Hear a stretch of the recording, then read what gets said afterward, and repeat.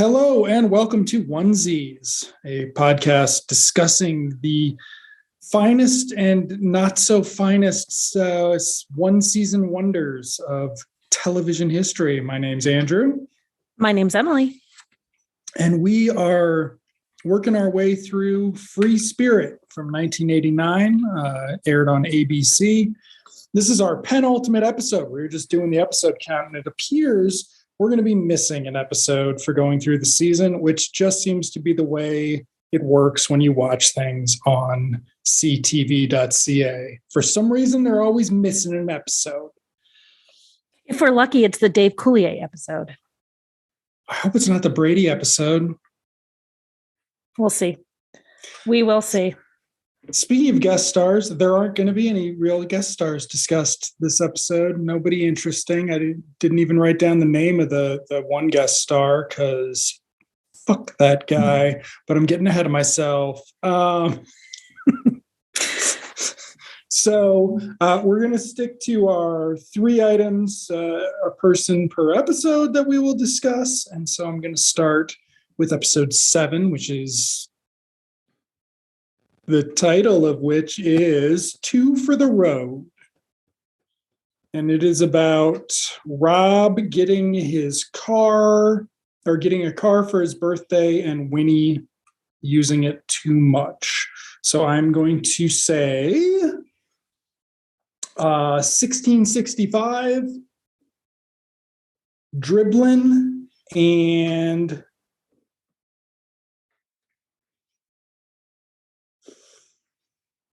elk fucking. Okay.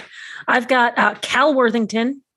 I've got basketball, which is probably the same as your dribbling, and classic cars. It's a good one.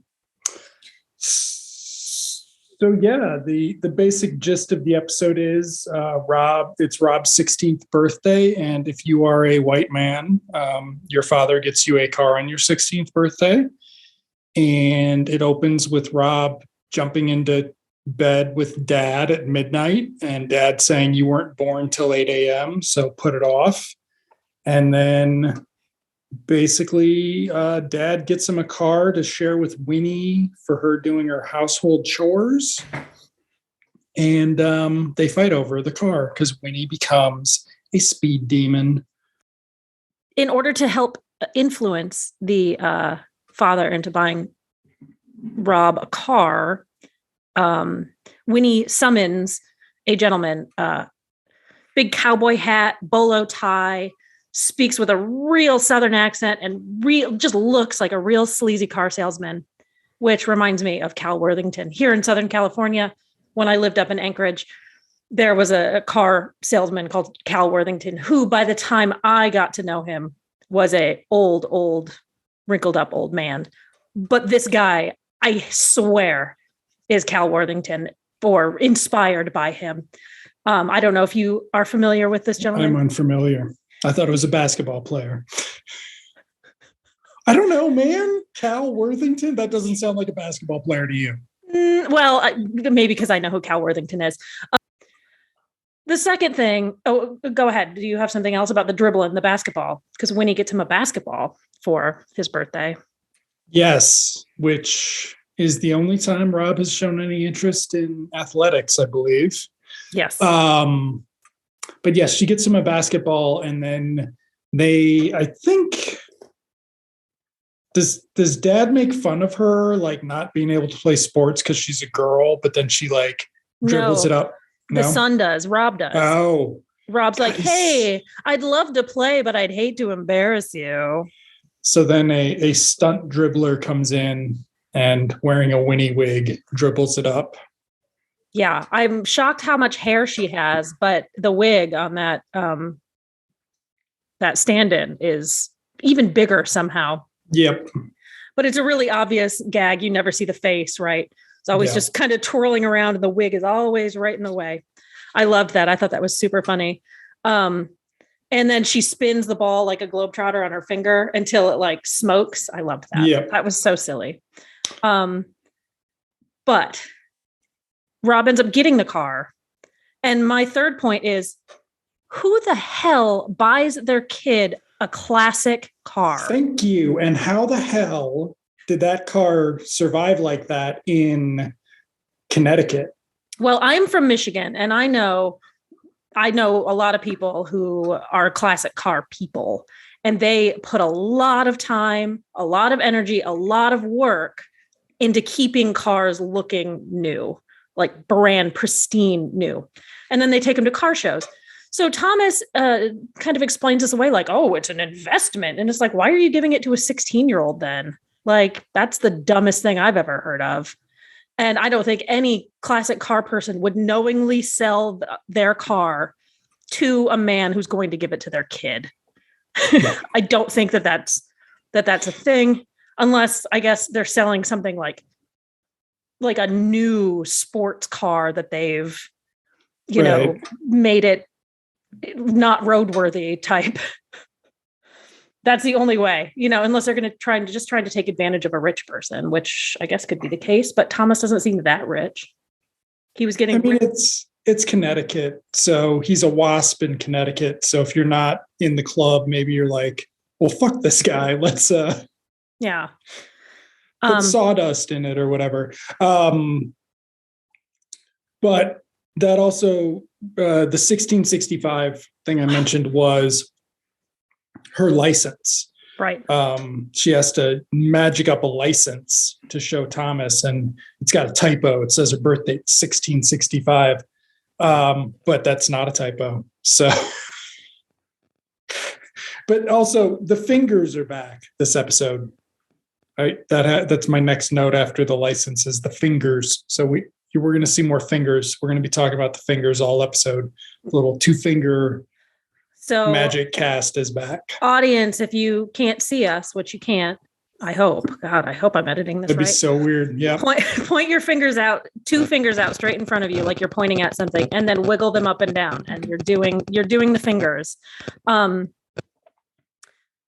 So Winnie kind of goes a little road wild, and she takes the car, and Rob never gets to get it. But she's again is summoning. Maybe it's just she's so inspired because she loves how fast it can go, and she loves how cool it looks, because it is a cool car, let me tell you. She starts fixing it up herself. She's boiling spark plugs at some point, and she's, under the hood. I guess I have a fourth one is Winnie's butt. Do you remember? Thomas comes in, slapping, slaps her on the butt, but because he thinks it's Rob. He thinks it's Rob. I thought that was kind of gross, and also, Rob is so much taller than Winnie. Even though she's wearing those coveralls, I would think he would be able to tell the difference. Thomas is a dipshit. He's sort of. Some of this show, the problem is, I mean, we'll talk about some observations later about the characters, but Dad's a dipshit, like way too much of a dip, like to the point you're like, it's being mean to the actor. You're like, this guy had to work, like he had to like get here, like he probably did dinner theater and shit, like, and now he's just the butt of like the worst jokes from like jackass kids. But one of the things about the Winnie's plot is it actually is her, like, even though it's all about Rob in the end, it is the only time that Winnie like gets a character arc. And that's like one of the big things about this show is she is just the housekeeper. She's Alice from the Brady Bunch. Like she doesn't get anything more to do. We're not getting into what it's like being a 300-year-old witch come to life in Connecticut. Like, nope, it's all about the kids. Yeah. Yeah. And it's about her interaction with the kids. And they had been teasing maybe a relationship between Winnie and Thomas, but I just don't see it. I don't even see any chemistry, to be honest. No. I mean, she is very cute and charming and whatever, but she's very easy. She's very easy to brush off anything that's that is even remotely romantic. I guess except for those early episodes, but even now, like anytime you think that they're going to flirt or that he says something nice about her, she's just very, I don't want to say naive, but maybe that's what it is. Maybe she just doesn't take hints well. I'm the same way, so I understand that. Or just dismissive because she knows he's a dipshit. Like, and she's a witch and he's a human, and it can never be. Maybe. And she's engaged apparently. So if we get to that episode. No, did you watch ahead again? I didn't watch ahead again. No, but I've read the plots, Andrew, on Wikipedia. So anyway, at the end, there's this whole thing about how like she stays out too long and everybody freaks out about her. Yeah. And when she comes back with the Cantonese food, I thought it was actually going to be a Superman 2 reference where she went to China to get the Chinese food. I thought that too. Because I'm like, she's magic. Why doesn't she just, bedknobs and broomsticks that fucking thing around the globe? Yeah. But no, she just drove to a different town and got Chinese instead of pizza. And then she has a monologue about driving, and it inspires Thomas to take the kids out for a drive. And that's where we get to my final point of elk fucking. They see elks fucking, and it's a joke. And it's just like everything in this show. And you gave me, and it's going to get even worse as we go on. And you gave me shit about this when I sent you those Urkel memes, where it's all about Urkel being nasty to Laura. Yeah. And you're like, it's just, the joke is it's kids being sexually inappropriate. And it's like, this show is sexually inappropriate jokes around kids. And then, kids making sexually. We'll get to Gene, the sexual fucking predator, in a bit. Like, not great. Like, it's just. No, I'm not one, like, obviously I take things with a grain of salt when revisiting old things. I said last week, we're watching Night Court. It's shocking what they got away with. This show is exactly the same. I try not to judge things by modern standards, but just the fact that there's so much kids making sexual jokes, like Gene as a 10-year-old making these jokes, which we'll get to later. We'll get to it later. I'm sorry. I'm going on a tear. I just find it shocking that some parent let their son read the script and be like, yeah, my son can pretend to go to a porno theater. I don't know. Don't spoil the next episode. Sorry.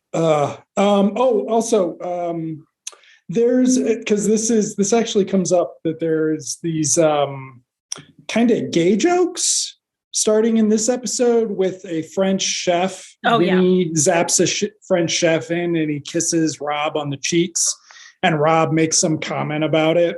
And then it comes up again later where he says it to his dad, where he's like, some Frenchman kissed me.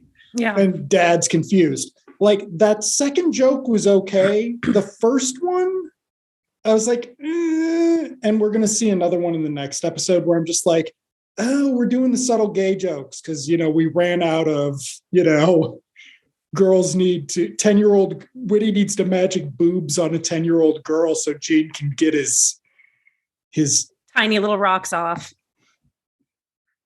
Ugh, I love that face. Ugh. I love that I made you make that face. That makes me happy. Shit. What else? I don't know. Like, there's in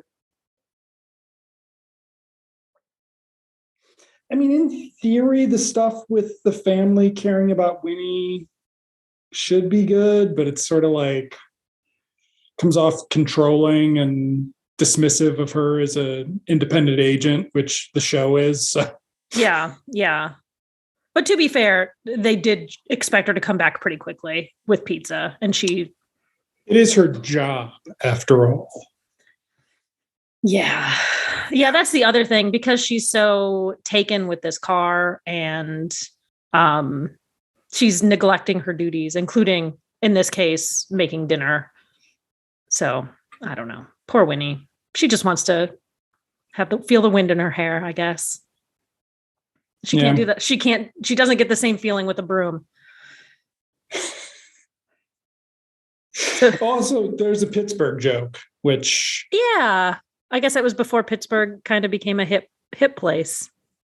yeah, I mean years before that, but it's a thing that comes up a lot in a certain era is you shit on Pittsburgh because I don't know. That's what people in Connecticut do. Yeah.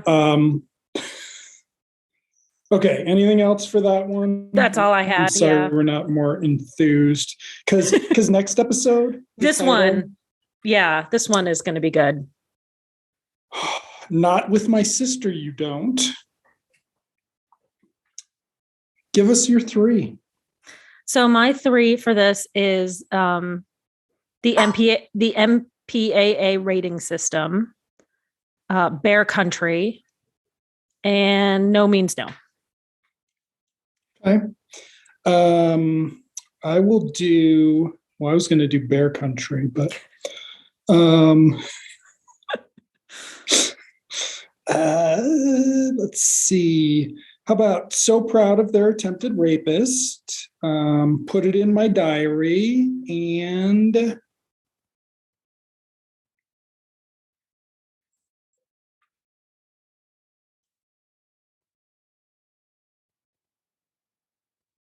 I guess we'll just do Leapfrog so I can, because I already brought it up. So Okay. all right. So the plot of this episode is that Jessie has a date with an older boy, and she and Winnie have to convince Dad to let her go out on this date. I guess to kind of lay out the beginning of it, the kid in question ends up being the son of a judge who Thomas knows as a lawyer. There was a funny joke. A judge, isn't that what a lawyer wants to be when he grows up? I thought that was really funny. Yeah. And so Winnie convinces Thomas to let Jessie date this boy because he's the son of a judge, somebody that Thomas respects. And, a child is a product of their upbringing after all. So Jessie goes out on the date with the boy, but Thomas takes the opportunity to then go out to dinner with the judge and his wife. And so Winnie and Jean and Rob go see a movie together. So those are kind of the plot lines that are going on that will converge at the end. Yep. And so let's just talk about the movie since it's actually not that long of a subplot. Thank goodness. Yeah. So the boys convince her that she shouldn't just take. Okay, what do you want to do? No, I was going to talk about the rating system. Go for it. So they're discussing movies to go see, and they're looking in the newspaper as one used to do to find a movie. And G means it's a good movie.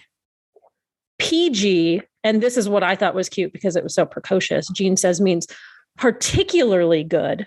He didn't go for pretty good. He went for particularly better. Yeah. Good. Yeah. R is really good. So Rob is totally just dropping out the G part of it. Yeah. And then X is excellent. I thought that was really funny. I thought it was really silly, but I particularly liked the particularly good from Gene because it's a precocious little kid thing, and precocious little kid things always make me laugh. So they convince Winnie to take them to see Bear Country, which I am going to assume was spelled BARE and not BEAR, because since this episode aired, I feel like more people are aware of gay subculture. Of gay subculture and bears. Because if this episode is really about them all going to see a gay porn and Rob loving what he saw, it's a lot more progressive than I feel like Free Spirit is. And I didn't even think so, because I'm a little slow. I didn't even think about the alternative spelling of it. 1 and 2. I watched this episode twice. The first run through, I didn't even catch that they're going to see like that. I am plugged into the gay community, maybe more than the average person. I didn't even catch it until the second viewing. And I was like, wait a minute, Bear Country X-rated? What is this? And there's like, it goes unmentioned. So I think you're right. I think maybe there was an alternative spelling. And for whatever B-A-R-E. And for whatever reason, it didn't raise any flags to Winnie, and it didn't raise any flags to Dad. Well, because everybody thinks it's a nature film. Right. So, including the judge. So that's cool. But the first movie they're going to go see was called Nurses on Call. Ugh. And I'm just like,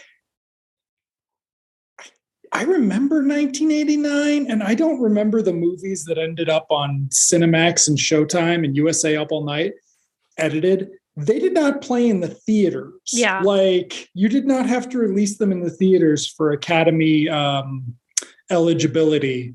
Like, they just appeared on television at some point or on video. Like, did you grow up in Connecticut though? Maybe there are particular groups of people in Connecticut who insist on having those movies playing in the theaters. Well, they're actually quick bit of trivia. One of those USA Up All Night movies is called Stewardess School, and it stars Brett Cullen, who eventually was in stuff, but it took him years to take off. And there's a really funny note in like the Leonard Maltin guide that was like, somehow a real studio thought this was a good idea to produce this movie, and then like quickly learned it wasn't, but it was just like, 1987. I was pretty impressed with your knowledge of this stewardess school, just seemingly off the top of your head until you got to the Leonard Maltin part, and I was like, oh, he read a Leonard Maltin book, and that's how he knows about it. I thought maybe you were in capsule. It's the capsule book. Thank you very much. So I had to search it out and find it. Also, it co-stars the wife from the Three's Company spinoff. Oh, which was of note when I was a child, because I thought that was going to continue. Oh. I thought that Three's a Crowd would someday come back on television and I would see more of it, but I never did. Let's get a script together. Netflix is right down the street from me. Let's do it. John Ritter's kid's still alive. This is just dark. Okay. So yes, so they go to the porno, and Winnie figured it out, but not until after Rob got into to see a bit of it. And so what remind me what the excuse is for Gene not getting, I mean, obviously, like what the show's excuse for Gene not getting in is, because he seemingly didn't get to see it at all. And of course you shouldn't let a 10-year-old into an X-rated movie. And he looks like he's about 7. So, because I mean, assuming that they don't show the X-rated movies at the regular Cineplex there, you would think it would look weird when Winnie showed up with 2 kids. So, but no, I didn't write down what he gives he says something like, oh man, I wish I had gotten in, but it doesn't. I don't remember why he didn't. Yeah, like Winnie figured it out in time. Maybe. It doesn't sound like Rob got to sit down and start pee-weeing it. No.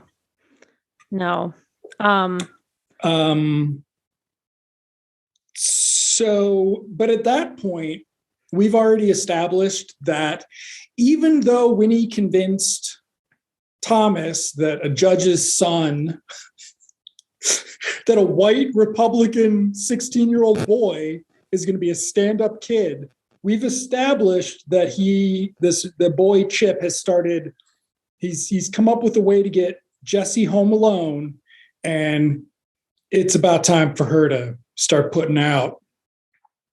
So it's the old I lost my wallet trick. Oh, must have fallen out while I was in your house. Couch. Let's just stay here. And then pretty quickly, they realize what's going on, Winnie and the boys, because they see the car in the driveway. And did you notice they weren't driving the convertible, right? Like, no, yeah, I there's don't think they were. No car continuity, unfortunately. Yeah, the car, I don't think will ever come back. We'll never see it again. That beautiful, beautiful car. So we get Rob being protective for a bit, and then Winnie's also going to be protective. And I mean, I was hoping that there would be some comeuppance for the attempted rapist. There's not really. It's a comedy bit. Yeah. And, there's a lot about it, how much his parents love him and how great he is. So, all right, let's just do it. So they get there and Winnie turns the kid into a chimp. It's a 10-minute spell or a 12-minute spell. 15, I think. 15. But then the parents get back early. So they've got to hide this chimp in the house until he changes back into the kid. And so there's a bunch of jokes from Gene about how like he wishes he had a chimp for a brother. And like, that's better than Rob. And I'm like, okay, so Rob is a shitty kid, but like literally everyone in the house just makes a joke about what a piece of shit he is all the time. All the time. Like Rob's just a, dumb piece of shit all the time. Jesse calls him a jerk all the time. Yeah. Yeah. But he is a jerk to her. And they always make jokes. They always make jokes about how kind of dumb he is. And there's one of those in the next episode. Yeah. Oh no, there's one in this episode too. They said, my son wants to be a DA someday. And Gene says, that's funny. Rob's going to be a defendant. Yes, that's right. And I'm like, no, he's not. Like, what are you talking about? That guy's never getting busted for raping a girl at college. What do you mean? No, he might, but he's not going to get prosecuted by that judge. Well, 1991, his college didn't do anything about it. Like, it kicked her out. What are you talking about? Girls in college, please. So yeah, I mean, it's like a bunch of scenes with the judge and his wife who are just like, there's some jokes about how like he never wants to make the beast with two backs anymore and stuff like that. And you're just like, okay. And the wife is openly flirting with Thomas. I mean, there's the joke where the chimp is between them on the ground under the table, and they still don't know that he's there. I think she was just being friendly. No, she's playing footsie with the ape, and the ape is then the chimp is like rubbing Thomas's leg. I missed that. Yeah, you totally missed it. Footsie. I thought it was just the ape rubbing the leg. So there you go. Thomas is, another. We've already seen that he might do well taking care of the ladies of small town Connecticut. But yeah, he's not interested because, he's clueless. He's clueless. Yep. You gotta get the jugs out. That's how Thomas knows. So another thing I noticed in the episode is they never tell Thomas that the judge's son tried to assault his daughter. No. Because Winnie feels guilty for speaking out in defense of Jesse getting to date. Yeah. So because Winnie's wrong, they're never going to tell Thomas. Yeah. And instead, he and the dad are going to be friends. Yeah. Cool. But the son does agree after his experience being turned into a chimp once he turns back that maybe military school is a good idea for him, which again begs the question, why are you obsessed with your son if you think he needs to go to military school? Generally speaking, if you think somebody needs to go to military school, it's because you think they need discipline and they need a controlled environment.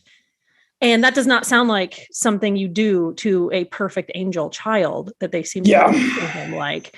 I found it pretty depressing that he seemingly gets away with it, even though he seemingly is rethinking his life. I will say I liked Jesse's. She was really good at pushing him away. Again, it's that the child is the product of their environment, right? And Thomas is fine. He trusts her. He trusts that she's not going to do anything wrong. And you see that trust in the way she reacts to the kid. She keeps trying to redirect. Oh, maybe we should go bowling. maybe we should leave. We shouldn't be here. This doesn't feel right. So she does great. Yeah, it was actually like, that was like the most devastating moment where it was like, dude, can we just like hang out? I thought we were going to hang out. Yeah. And he's like, nope, we're going to. Yeah. And he pulls that, if you're not going to make out with me because you want to protect your reputation, you better rethink that, because I'm telling everybody we did, whether we do or not. And it was like, you fucking bastard. What an asshole. I mean, it is just making out, but I'm also, an older person now. And if I had the opportunity to make out with a hottie like that, I might have taken advantage of it. But that's me and my choice, and not her and her choice. So, and I mean, the way they cop out of having to address it with Thomas is when he pauses him with the magic fingers, and they try to figure out a shore story. Why is the chimp here? Why is the chimp here? And then they get distracted because they're all hungry, because nobody got to go to the movies and eat popcorn, go to dinner and eat whatever, go to the bowling alley and have chicken wings or whatever you have at a bowling alley. So they're all hungry. So they go into the kitchen and then they come out later. And somehow Jessie saying, good night, Dad, I love you, or whatever she says, wakes him up out of his spell. Yes. Or maybe it's a timed thing and we just happen to see it. But that was also after we have a resolution where Jessie thanks Rob for being a good brother for once. Oh, yeah. And then we find out that he's actually reading her diary, which the episode introduces at the beginning. And this was, I think, in the pilot, that Rob regularly reads her diary and tells Jean all about it, because girls, in addition to being silly and stupid, don't deserve any privacy. Yeah. So that was a nice way to ruin a potentially like sincere moment. Yeah. Like, and he was kind of acting in good faith when he was, except with the exception that everything he said, he's saying to a chimp. Yeah. Everything he says, there's no recognition that what the kid is doing is wrong, because the kid has been turned into a chimpanzee. Yep. Which I love cute animals. Don't get me wrong. I'm not sure I'm on board with the trend of having trained animals on TV shows, trained monkeys doing things. And this one did not look enthusiastic either. Like, this chimp was not like, it had to do something once and it was like very reluctant about it. Like, it was not an energetic chimp. Yeah, I was kind of looking around like, can I be done now? So I thought maybe there would be this moment of recognition with Rob that he also does that kind of behavior, and that maybe he should cool it because it's the wrong thing to do, but see it from the perspective of that's somebody's daughter, that's somebody's sister, that's somebody's whatever. I mean, that's the easiest way to kind of get men to think about doing the right thing, is to think about their relationship with people instead of just the sister, instead of just Jessie as a human being deserving the rights. She's my sister. This other girl that I'm chasing after is somebody's sister. That's the easiest way to kind of appeal to men, is protecting their property, right? But there's none of that. So there's none of that. There's none of that. There's none of that. Nope. There's no heartfelt moment where Thomas and Rob and Jean all talk about how maybe like they should be approaching women differently than they do on this show. Nope. They just skirt over it with a chimp and a paused dad. Like, it's upsetting. Yeah. But not surprising. Like, yeah. And then I did my leapfrog thing, was the slight little gay joke at the beginning where Gene's selling his sandwiches or something at lunch, or for some reason he gives another kid his lunch, not bullying. And then Winnie wrote Gene a note that says, I love you in the sandwich, which is actually like really sweet and shows more development in any of her relationships with the kids than we've had in this bunch of episodes. And then Gene's like, no wonder, Gus looked at me funny and didn't want to do leapfrog at Jim. And I'm just like, I mean, there's so many issues with that. Like, not like, just like the logic part of it. Like, this kid doesn't think it's a note. Like he thinks it's a note from Gene to him. Yeah. And like, and not from Gene's housekeeper to right. Or his mom or something. Yeah. Like whatever. And it's just like, it was not a good opening joke. And then we get right away into the diary shit. And you're just like, yeah. Well, the other thing is that it turns out dad was right about the kid the whole time.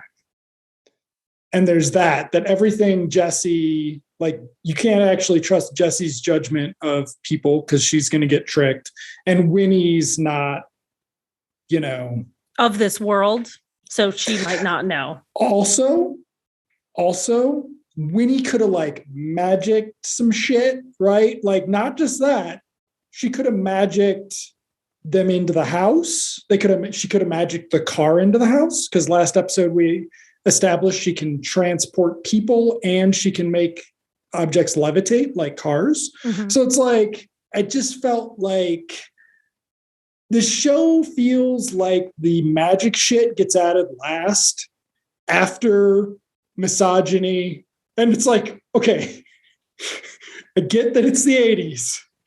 Can we just put the magic before the misogyny, right? Yeah. Like you could keep the misogyny, but like at least make the magic make sense. But yeah, no. And I thought the same thing about the next episode. I thought it was all right. So I actually am going to start it off, right? Because you did the next one. Oh God, this one was just.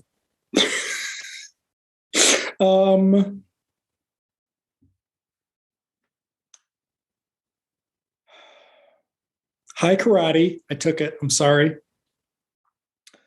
I'm going to just do WandaVision because you haven't seen it, and that way I won't step on another one of yours. And then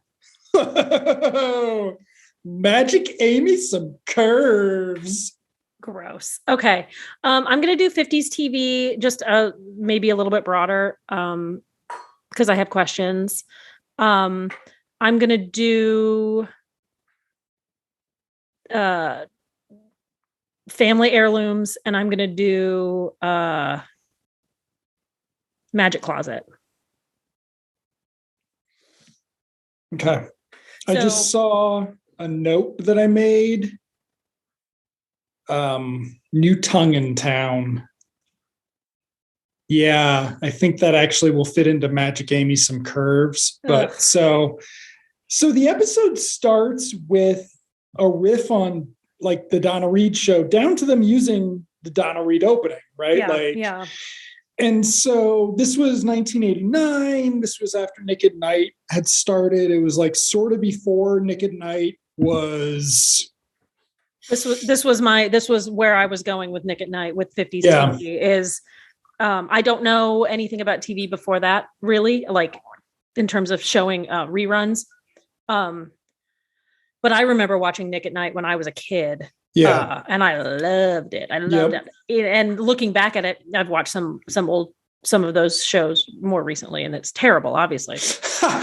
But my big thing was this obsession with sort of whether or not there was still this obsession with kind of this wholesome nuclear family lifestyle, because that's what is motivating Winnie in this, right? In this episode, her particular motivation is being Donna Reed. And it opens with her watching TV while she's ironing. And then she says she's making a cake or something and she's ironing at the same time, but she's using her magic to iron. She's like, "Oh, Donna, can't you do more than one thing at a time?" And then she magics the ironing to happen, which again is sort of like, I was just wondering why she wasn't doing that in the first place, why we had to watch the fingers and why we didn't just like open on the ironing just being done, Fantasia style, sweeping, all this stuff happening. But budget and bad writing. Writing. Okay. But then Thomas comes in and you only see the iron kind of magically moving by itself for about 5 seconds. And Winnie realizes what's happening and she has to grab the iron and let it move her arm very wildly. That's kind of the opening joke before she can use her fingers to stop it. So I was just kind of confused by the whole 50s TV thing. Obsession, I guess. Not the Donna Reed. I mean, she's not his wife. Nope. And so there's also I didn't write down all the kids' names. Chip, Bubbles, not Bubbles. It can't be Chip, was it? Because that was the name of the fucking attempted rapist from last episode. Oh, maybe not. Good job, Winnie. But so she. No, I don't think it was. I don't think it was. Maybe I'm just remembering the Chip. I remember Scooter for the younger one, but yeah, I didn't. So she imagines herself in a black and white sitcom with the kids being like. Oh, I got it. It's what did you say Gene was? Scooter, Muffin, and Butch. Those are the imaginary kids. Butch. Maybe it was Bear Country. That's Rob. Maybe it was Bear Country. Not Jesse, by the way. So there you go. Maybe it was Bear Country. And so, yeah, and they have Dad. And the funny thing is, they actually make Dad's hair worse, which was incredible. Because when he first comes on, I was like, oh, is his shitty mullet going to look better slicked back? And I was like, no, it does not look better slicked back. But that actually, the whole thing of the framework with the 50s show thing is it sort of like removes character development for Winnie. Like it like compartmentalizes it as a bit, as opposed to it being about her being more part of the family, right? Like, so there's also the jokes about like Winnie getting a raise, or not jokes, but she's going to get a raise, and they make a joke about how if he has another kid, she'll get 50 more. No, she makes that joke. She makes that joke? Okay. Yeah. She asks for 20, and he said, oh, maybe if I have another kid. And she goes, well, she's like, she's like, nah, I can't help you with that unless you want to make it 50. And it was like, boom. Oh, $30 for a baby. That's how much they cost in 1665, right? Like, I guess. So, and then they call it the happiest house in the free world at some point. That was in one of the kind of fantasy sequences. But keep in mind, we're still in the Cold War in 89. So, yep. And then we skip to the main plot, which is Gene wants to go to a party, and he wants to impress the girls at this party. So Winnie helps him with his outfits, which we did not write down, but. So I had magic wardrobe in mine. Oh, okay. I thought you said magic closet, and I thought it was going to be a throwback to the first episode when she cleaned his room. No, maybe she can't do it anymore. No, maybe I did say magic closet, but so yeah, a couple of things. One, what 10-year-old is going to a party? I maybe went to birthday parties when I was a kid, but it certainly wasn't co-ed. Because I think when you're 10, like boys still have cooties, girls still have cooties, whatever. He's out for the little women, as they say. So gross. But he can't find anything to wear.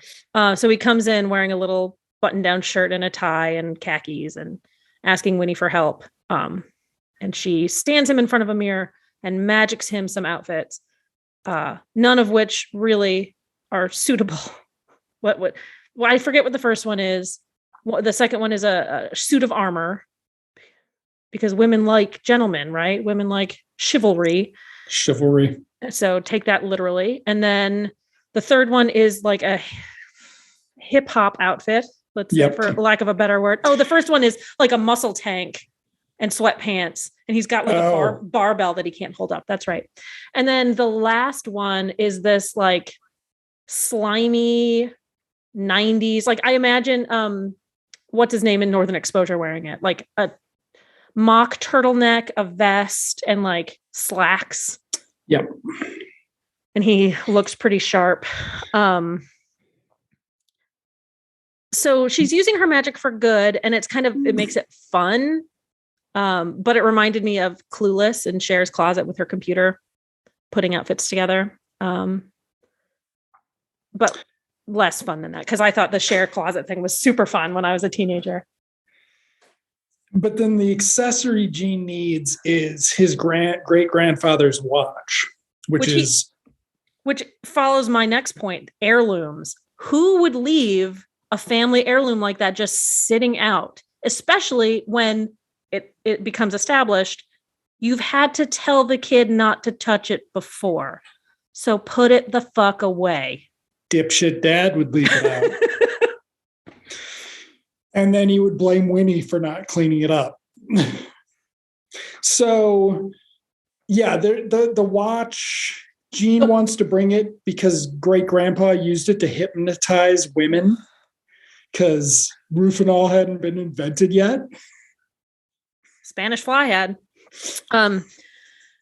But yeah, I thought that was pretty gross. And also, like, at what point do you tell your kid, like, you can't take that literally? Like, he didn't literally hypnotize women with his watch. But instead, he's going to wear that high karate cologne, which it's a weird, like, dated 80s dad joke. Like, they're like, ooh, high karate. And the kid's like, didn't they have to stop making this? And dad's like, it's a collector's item. And I'm just like, ooh, so dad's like a cologne hipster. Cool. Like, and he says something like, you know, what I imagine the commercial would say, you know, he does his kind of racist karate pose, and his hi-ya, and with accompanying music. There's a lot of music this episode, actually. And says, oh, you'll have to fight the women off, which I imagine is the tagline in the commercial. And I was like, ugh. But I was really disappointed that there wasn't like a Charles Bronson or like Steven Seagal reference or something, because that sounds exactly like if it was a Japanese commercial for a cologne, Charles Bronson would be in it. Right. And he would be doing some awesome. Crazy, yeah. He would be awesome. Japanese commercials of the 80s and 90s were amazing. But anyway, it's like the Super Bowl every day. Yeah, so then Gene breaks the watch after Dad tells him to use the clone instead. And there is the most amazing special episode music cue. And they have it after the commercial break, too. It's like, that. It was loud, and it's just like, dun, dun, dun, dun, dun, dun, dun. Oh, Gene's in trouble. And then they come back and Winnie fixes it.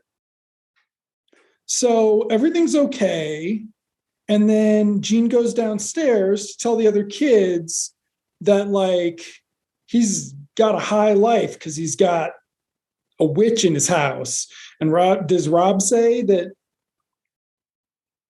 Rob definitely says that thanks to, you know, with Gene looking so sharp, there's a new tongue in town because late days. And that we're all using Winnie around here, and they're high off the witch. And Winnie overhears them. And so that's also where there's the magic Amy some curves thing that Gene wants a 10-year-old girl with some titties. It's actually surprising he doesn't ask Winnie to do.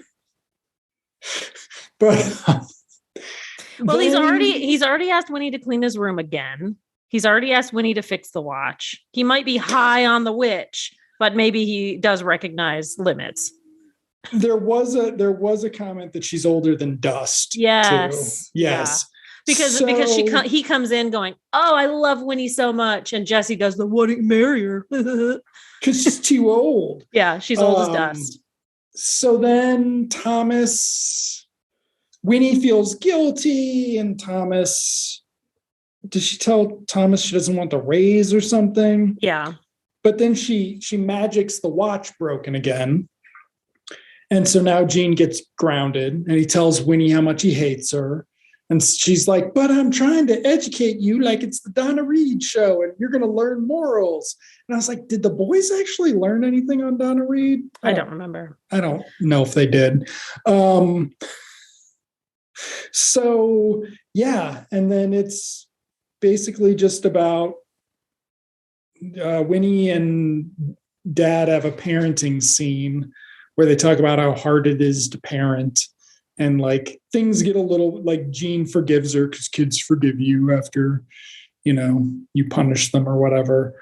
And then, but I mean, Gene's a little fucking shit is what it is. He's a total shit in this. He was a total shithead.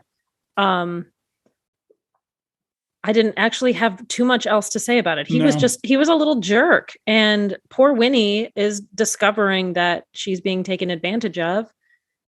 And again, that's sort of the magic isn't just something that she could do. It's not like part of who she is and what she does. It's something that the kids can take advantage of. Yeah.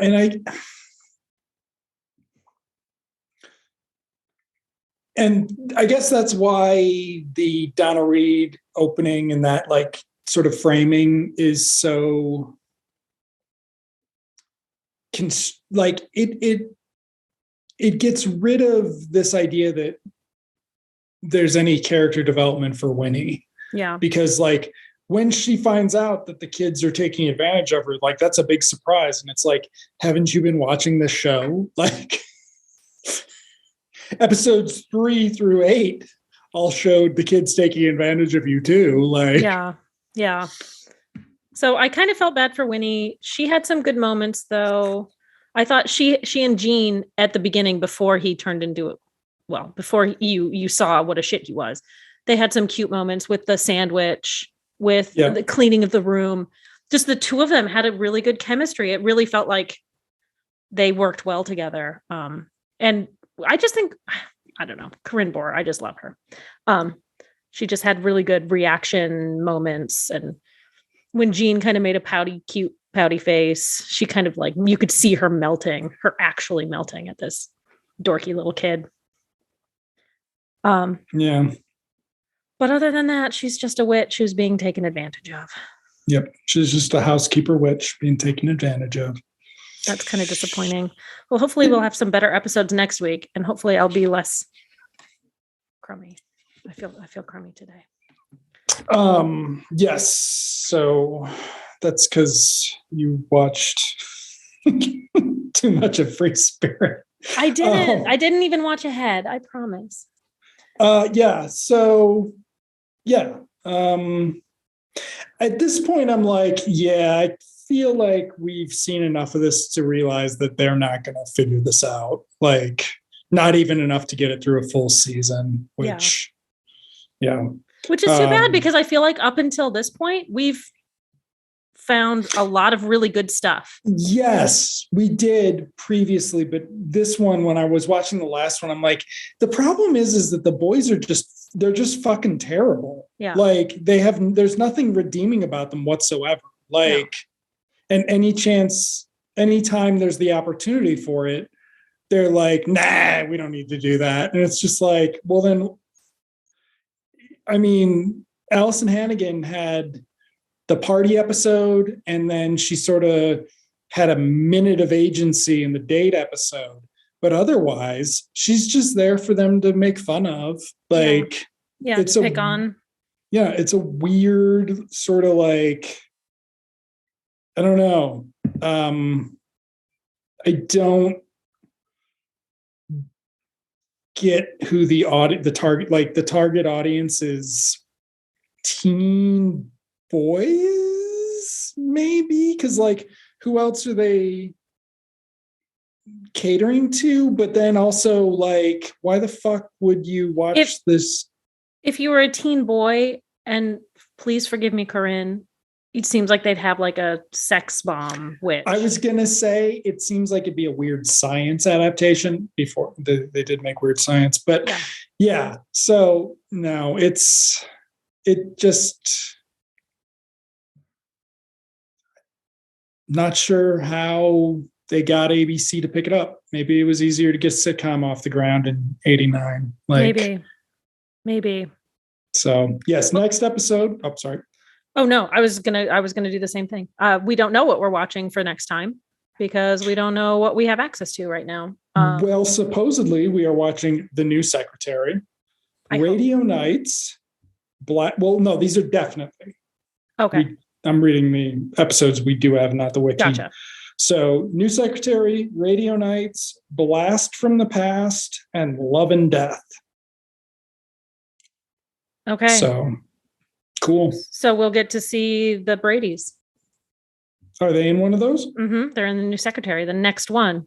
Excellent. You're gonna be watching it. Thrilled because this is Brady's era Brady's, so we can talk about some Brady's. And we get to see the Dave Coulier. Big sigh. All right. Thanks for listening, everyone. Thank you. Bye.